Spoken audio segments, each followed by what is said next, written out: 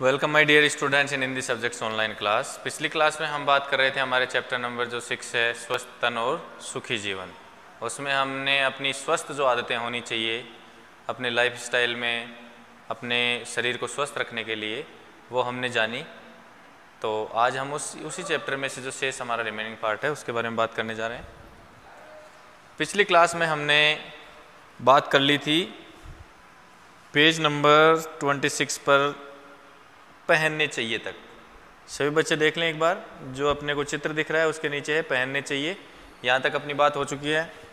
अब उससे आगे हम आज पढ़ना शुरू करते हैं। हमें घर भी साफ सुथरा रखना चाहिए। जब दादाजी छोटे बच्चों को समझा रहे थे कि हमें शरीर को साफ रखना चाहिए या फिर हमारे जो कपड़े हैं वो भी गंदे नहीं पहनने चाहिए हमें, इसके अलावा हमें रोज़ नहाना, सुबह और शाम मंजन करना, शौच के बाद हाथ धोना, ये सब आदतें हमें रखनी चाहिए अपने आप में। तभी सुषमा आकर के क्या कहती है, जो उनकी मम्मी है, कि हमें घर भी साफ़ सुथरा रखना चाहिए। मम्मी क्या कह रही है कि हमें अपना घर जो है वो भी साफ़ रखना चाहिए। जिस तरह से हम कपड़ा और अपना जो शरीर साफ रखते हैं उसी तरह से हमें अपना घर भी साफ रखना चाहिए। हाँ बहू, इस बात पर तुमने अच्छी तरह अमल कर रखा है। इस बात पर तुमने अच्छी तरह अमल कर रखा है। अमल करने का मतलब है यह बात तुमने अच्छी तरह से मान रखी है कि भाई घर की सफाई हमेशा आवश्यक है। सुबह उठते ही झाड़ू लगाकर तुम फर्श और दीवारों पर धूल नहीं जमने देती हो। दादाजी सुषमा से क्या कह रही हैं कि तुम ये चीज़ अच्छी तरह से करती हो घर की सफाई, और जो भी आप घर की दीवारें हैं या जो फर्श है उस पर रोज़ झाड़ू निकाल करके तुम जो धूल जमा होती है उसको हटा देती हो। बच्चों को पता होना चाहिए कि गंदगी से कीटाणुओं के फैलने का डर रहता है। बच्चों को ये पता होना चाहिए कि जो गंदगी है उससे कीटाणुओं के फैलने का डर बना रहता है। कीटाणु क्या? जो हमारे शरीर में रोग पैदा करते हैं, इस प्रकार के जो जीव हैं। सफाई होने पर नालियों में कीचड़ जमा हो जाता है और वहाँ भी कीटाणु पल सकते हैं। अगर आप सफाई नहीं करेंगे तो आपकी जो नालियाँ हैं घर के पास वाली, उनमें कचरा जमा होकर के वहाँ उस कचरे की, उस गंदगी की वजह से कीटाणु जमा हो जाएंगे और वो आपके शरीर के लिए, आपके स्वास्थ्य के लिए हानिकारक होंगे। दादाजी ने यह भी कहा खुली धूप और ताज़ी हवा शुद्ध स्वास्थ्य के लिए जरूरी है। दादाजी ने इसके अलावा क्या बताया, जैसे जो आदतें हैं उनके बारे में तो बताया। उसके बाद दादाजी ये भी कहते हैं कि अगर हम खुली हवा में रहेंगे और सूर्य का प्रकाश अपने शरीर पर लेंगे तो वो भी अपने स्वास्थ्य के लिए आवश्यक है। एक नियत समय में, ऐसा नहीं है कि आप पूरे दिन गर्मी का टाइम है और धूप में बैठे हो तो उसमें फिर आपका जो सूर्य का प्रकाश है वो लाभदायक के स्थान पर बहुत अधिक हानिकारक हो जाएगा। तो विटामिन डी हमें मिलती है सूर्य के प्रकाश से, लेकिन वो कब मिलती है? जब हम एक नियत समय तक, एक बिट ऑफ टाइम बाहर बैठते हैं सूर्य के प्रकाश में, तब। लगातार बहुत लंबे समय नहीं बैठना है। धूप से हमें विटामिन डी मिलता है जो हमारे शरीर के लिए बहुत ज़रूरी है। हम जो पानी पीते हैं वह शुद्ध होना चाहिए, पानी को छान करके पीना चाहिए, और पानी ऐसे कुएं का हो जिसकी रोज़ाना सफाई होती है। पानी हमें छना हुआ और स्वच्छ ही पीना चाहिए।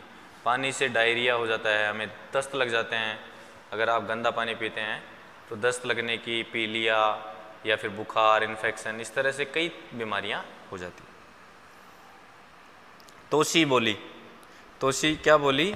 हमें गुरुजी ने बताया था कि गंदा पानी पीने से हम बीमार पड़ जाते हैं। तोशी के जो गुरुजी थे उन्होंने भी तोशी को क्या समझाया था कि अगर आप गंदा पानी पिएंगे तो आप बीमार हो सकते हैं। सही बताया तुम्हें। हमें बहुत सी बीमारियां तो अशुद्ध पानी पीने से होती हैं, हमें शुद्ध पानी ही पीना चाहिए। सुषमा क्या कह रही है इनकी मम्मी कि तुम्हें तुम्हारे गुरुजी ने सही बताया है, अगर हम गंदा पानी पिएंगे तो हम अवश्य ही बीमार हो जाएंगे। तो हमें हमेशा पीने के लिए कौन सा पानी इस्तेमाल करना चाहिए? स्वच्छ पानी ही इस्तेमाल करना चाहिए।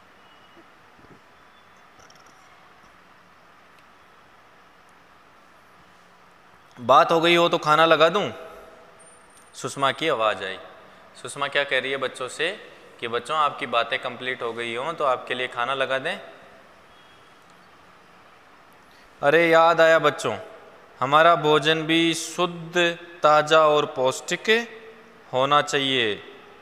हमारा भोजन भी क्या होना चाहिए? ताज़ा होना चाहिए, शुद्ध होना चाहिए और पौष्टिक। पौष्टिक का मतलब जो हमारे शरीर के लिए जितने भी आवश्यक तत्व हैं वो उस खाने में मौजूद होने चाहिए। हमारे शरीर के अच्छी तरह से विकास के लिए बहुत से जैसे विटामिन्स हैं, इसके अलावा फाइबर्स है, प्रोटीन है, कार्बोहाइड्रेट है, वसा है, जो भी हमारे शरीर के लिए आवश्यक है वो सब उस खाने में मौजूद होना चाहिए जो खाना हम रोज़ खाते हैं।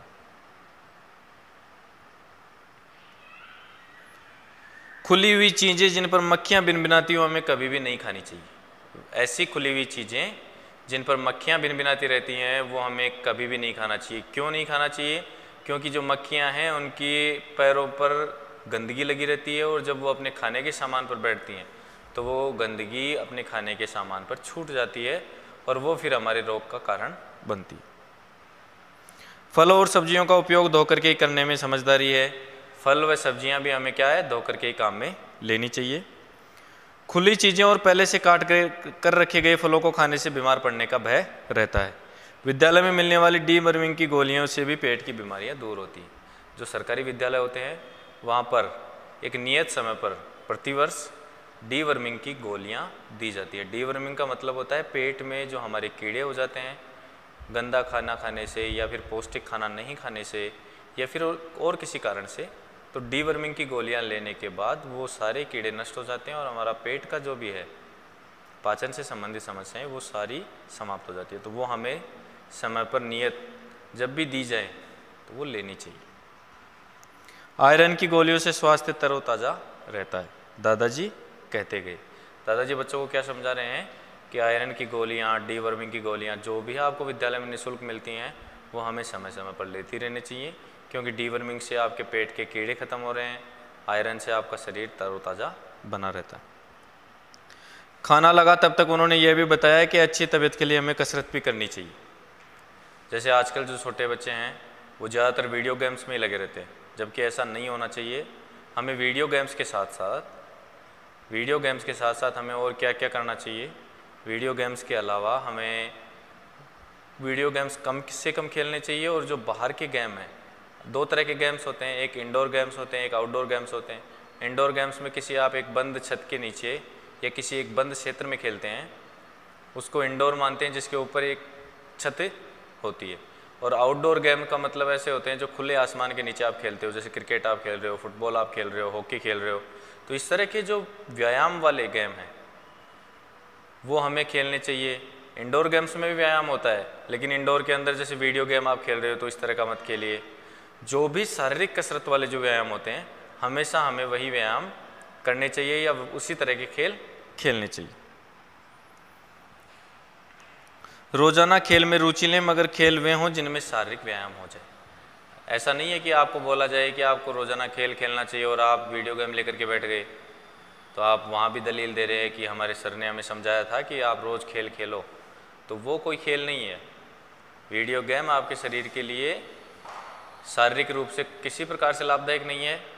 हमें शारीरिक रूप से फ़ायदा पहुंचाने के लिए शारीरिक व्यायाम वाले जो हैं गेम्स, जिनमें आपके शरीर की दौड़ भाग हो, उस तरह के व्यायाम हमें, उस तरह के खेल हमें करने चाहिए। तभी दादी जी भी टहलते टहलते आ गई। दादाजी बच्चों को ये सब समझा रहे हैं, तभी दादी जी भी बाहर से आ गई और उनकी बातें सुन करके कहने लगे, कुछ मेरी भी सुन लो। दादी जी बाहर से जब आई तो बच्चों को क्या कहती हैं कि कुछ मेरी भी सुन लो। खुश रहना अच्छे स्वास्थ्य की निशानी है। न चिढ़े, न गुस्सा करें और न ही चिंता करें। हमें किसी पर चिढ़ना भी नहीं चाहिए, किसी पर गुस्सा भी नहीं करना चाहिए और किसी बात को लेकर के बहुत ज़्यादा चिंता भी नहीं करनी चाहिए। धीरज और प्रसन्नता दिखाएं, कहाँ है ना, हंसो और हंसाओ, अच्छा स्वास्थ्य पाओ। दादी जी अंत में क्या कहती हैं कि किसी प्रबुद्ध व्यक्ति ने, समझदार व्यक्ति ने समझाया भी है कि हंसो और हंसाओ, अच्छा स्वास्थ्य पाओ। तो हमें ये चीज़ हमेशा याद रखनी चाहिए। तो इस तरह से हमने ये हमारा चैप्टर जो है 6 स्वस्थ तन सुखी जीवन कंप्लीट कर लिया।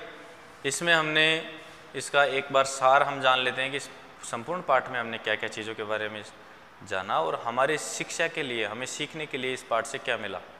तो हमारे को इससे ये शिक्षा मिली कि हमें रोज़ एक तो सबसे पहले नहाना चाहिए। जब भी आपके ऑनलाइन क्लासें हो, ऐसा नहीं है जैसे मान लीजिए कुछ बच्चे आजकल घर से पढ़ते हैं तो उनको ये लगता है कि जब हम विद्यालय जाते थे तब हमारा नहाना आवश्यक था, आज हमारा नहाना आवश्यक नहीं है। तो ऐसा नहीं है। ऑनलाइन क्लास अगर चल रही है तो भी आपके शरीर के स्वास्थ्य के लिए आपको नित्य रूप से नहाना आवश्यक है। उसके अलावा शौच करने के बाद आप हाथ अपने साबुन से अच्छी तरह से धोएं। जो इस तरह आजकल जो कोरोना पेंडेमिक चल रहा है तो उससे भी हम बचाव में रहेंगे। इस तरह की जो भी बीमारियां हैं जो अपने हाथ के थ्रू अपने शरीर में प्रवेश करती हैं या अपने शरीर के किसी अंग के द्वारा अपने शरीर में प्रवेश करती हैं, तो साफ़ सफाई से रहकर हम उनसे भी बच सकते हैं। इसके अलावा और भी स्वस्थ आदतें, जैसे आपको शारीरिक रूप से व्यायाम करना चाहिए या फिर दौड़ धूप वाले जो काम होते हैं, जैसे फिजिकली एक्टिव वाले जो गेम्स होते हैं वो अपने को खेलने चाहिए। ऐसे नहीं है कि वीडियो गेम आप मोबाइल पे या लैपटॉप पे खेलने के लिए बैठ गए, तो इस तरह के गेम्स भी हम खेलें कम से कम, जिनसे हमारा अधिकाधिक व्यायाम हो। तो इस संपूर्ण पाठ से हमें ये शिक्षा मिली है कि अगर हम स्वस्थ रहेंगे तो ही हमारा जीवन सुखी रहेगा। अगर हम किसी न किसी रोग से हमेशा ग्रस्त रहे तो हमारा जीवन जीना बहुत ही मुश्किल हो जाएगा।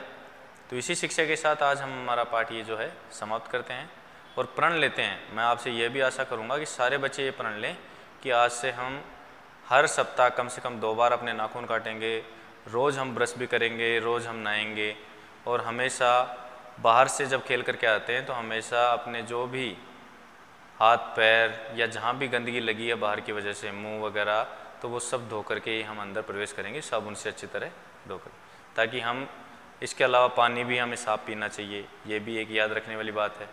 तो ये सब आदतें अपना करके हम अपने जीवन में इन रोगों से दूर रह सकते हैं, स्वस्थ रह सकते हैं। ठीक है बच्चों, तो आज की क्लास में इतना ही। धन्यवाद।